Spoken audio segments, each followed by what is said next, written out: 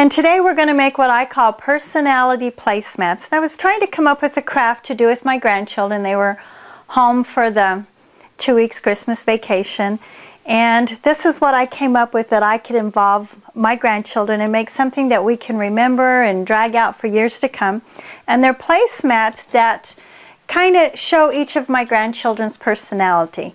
And for example, here's one, which is my 5-year-old.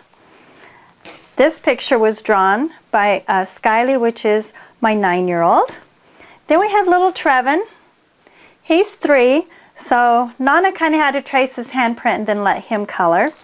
And then this is my 10-year-old granddaughter, Alyssa.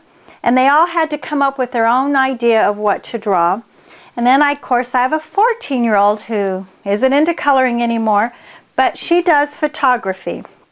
And she has photography in school, and this is a black and white picture of her drum set. She's also in percussion. Therefore, we brought in music fabric on the front and back. So you can make your placemat any way you want, bringing in the personality of the person you're doing it for. Another way I involved my grandchildren is I let them pick out the back fabric.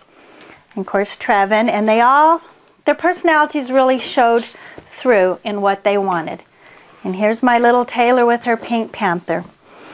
So on the supplies that we are going to need, we will need naturally crayons, freezer paper, vinyl, and your normal sewing materials.